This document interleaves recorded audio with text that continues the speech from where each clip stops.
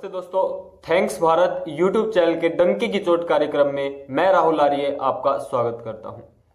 दोस्तों, आज सभी कहते हैं कि शांति और भाईचारे से के साथ हम सबको रहना चाहिए, परंतु शांति और भाईचारे के लिए हमें जो महत्वपूर्ण कार्य करना है वो ये है कि विभिन्न धर्मों में जो पाखंड और अंधविश्वास ढोंग व्याप्त है उसे हमें समाप्त करना है। जो गलत जानकारी विभिन्न धर्मों में, जो गलत शिक्षाएं विभिन्न धर्मों में है, उसे हम त्यागना है हमें, और फिर हम भाईचारे की भावना से रह सकते हैं।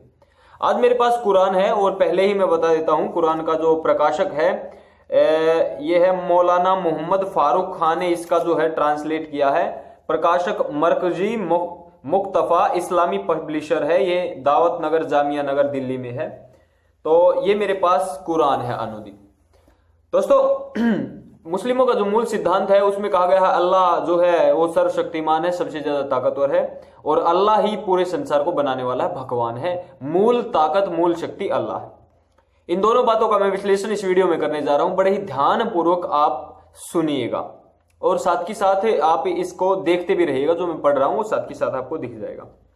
इसमें दोस्तों जो नबी थे, आखिरी नबी जो मोहम्मद सल्लल्लाहु अलैहि वसल्लम थे, वो जो 10 हिजरी थे, आज 1438 हिजरी सन चल रहा। मुस्लिमों में जो सन चलते हैं 1438 हिजरी चल रहा संवत। जब 10 संवत हो गए थे उस समय पर मोहम्मद सल्लल्लाहु अलैहि वसल्लम ने अपना आखिरी जो हज किया था, तो आखिरी हज किया था उसे कहा जाता मुस्लिमों में खुव्व-ए-हिज्जुल विद। तो इसको कहा जाता है, यह आखिरी तकदीर की थी, यहां पर अपना आखिरी भाषण दिया था हज में, और कहा जाता है इसमें 1 लाख मुस्लिम शामिल हुए थे आखिरी भाषण में, आखिरी तकदीर में जो मोहम्मद थे उनकी। तो मोहम्मद ने आखिरी तकदीर में एक बात कही थी, ध्यानपूर्वक सुनिएगा। आखिर में आपने जमा लोगों को संबोधित करते हुए कहा था मोहम्मद ने, तुमसे अल्लाह के यहां यदि मेरे बारे में पूछा जाए तो तुम क्या जवाब दोगे। मोहम्मद कहता है जनता को, पब्लिक होती है जो मुस्लिम लोग होते हैं। तो मुसलमान एक आवाज में कहते हैं, हम कहेंगे कि आपने खुदा का पैगाम हम तक पहुंचा दिया और अपना फर्ज अदा कर दिया। ये मोहम्मद उनसे पूछता और लोग कहते हैं कि हम खुदा से कहेंगे, जब खुदा हमसे पूछेगा कि आपने अपना फर्ज अदा कर दिया और खुदा का जो पैगाम था, जो ज्ञान था, वो आपने हम तक पहुंचा दिया। तो इसमें एक सवाल खड़ा होता है। ये अल बकरा सूरा 2 पारा 1 और इसकी 29वीं आयत है। इसमें कहा गया है वह हर चीज का ज्ञान रखने वाला है, खुदा सब कुछ जानने वाला है, तत् सर्व ज्ञानी है, सर्वज्ञ है।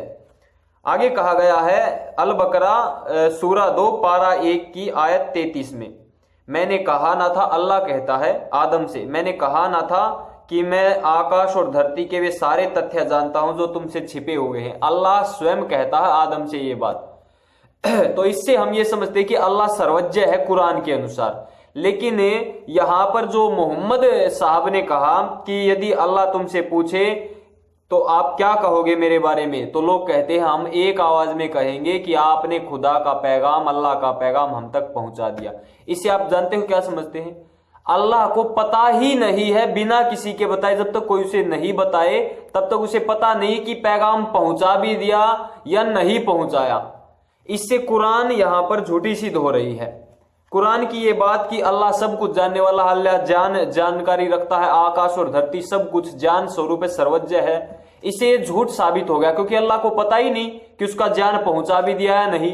तो जब ये लोग वहां पर जाएंगे अल्लाह के पास, तब ये जाकर उसको बताएंगे कि आपका ज्ञान जो मोहम्मद साहब थे उन्होंने पहुंचा दिया।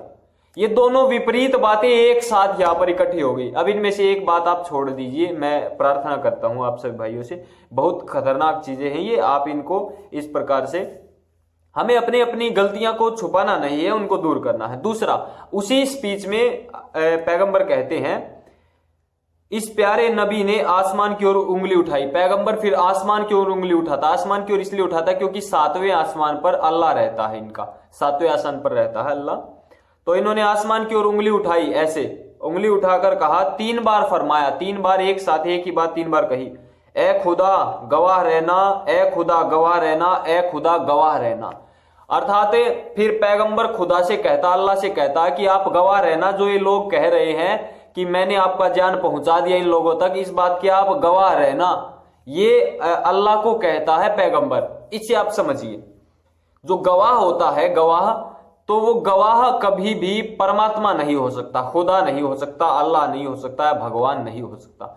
वो तो एक गवाह है, निर्णय देने वाला, कार्य करने वाला, अध्यक्ष, चीफ जिसको कहते हैं, सुप्रीम पावर तो कोई और है। इसका अर्थ समझ रहे हो मेरी बात? जैसे आप कोर्ट में जाते हो, जाकिर नाइक किसी प्रकार की उदाहरण देता है ना, ऐसे ही उदाहरण देकर समझाता है ना। आप यदि कोर्ट में जाते हो तो वहां पर दो पक्ष खड़े होते हैं, दोनों पक्ष अपने अपने गवाह लेके आते हैं, लेकिन जज कौन होता है? निर्णय करने वाला। ताकत किसके पास होती है? बुद्धिमान कौन होता है?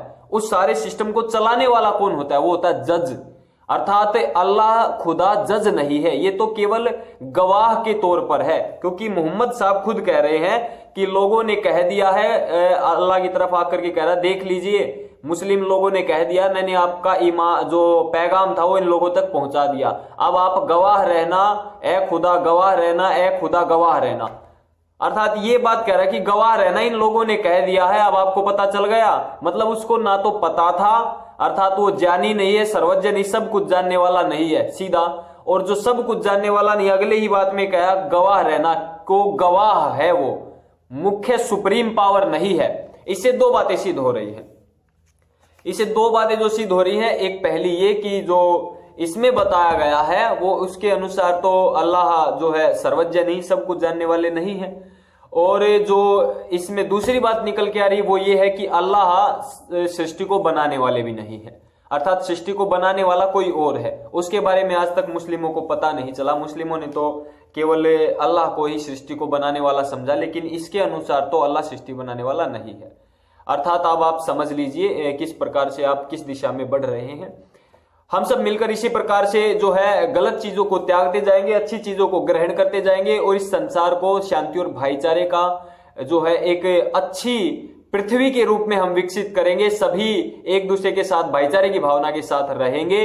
और वैदिक धर्म जो मानवता का धर्म है, जिसमें कहा गया मनुर्भव है, ना ईसाई बनो, ना मुस्लिम बनो, ना हिंदू बनो, ना सिख बनो, केवल मनुष्य बनो, ऐसा वेदों में कहा गया। तो हम सब वेदों की ओर मुड़ेंगे और वैदिक धर्म के अनुसार हम सब आर्य बनेंगे, जिसका अर्थ होता है श्रेष्ठ, अर्थात हम सब श्रेष्ठ बनेंगे।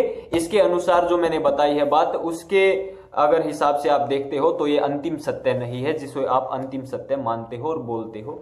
आपने वीडियो देखी, बहुत बहुत आभार। जितना हो सके, जहां तक हो सके, इस वीडियो को शेयर जरूर करें ताकि सभी तक ये पहली बार ये चीज निकल के आई है। आज तक जो बात प्रचारित नहीं हो पाई, ना कोई इस पर ध्यान दे पाया था, तो इसको प्रचारित करें, शेयर करें, सब्सक्राइब करें चैनल को और करवाएं अन्यों से भी। वीडियो लाइक जरूर करें। आपने वीडियो देखी, बहुत बहुत आभार, धन्यवाद। जय हिंद, नमस्ते जी।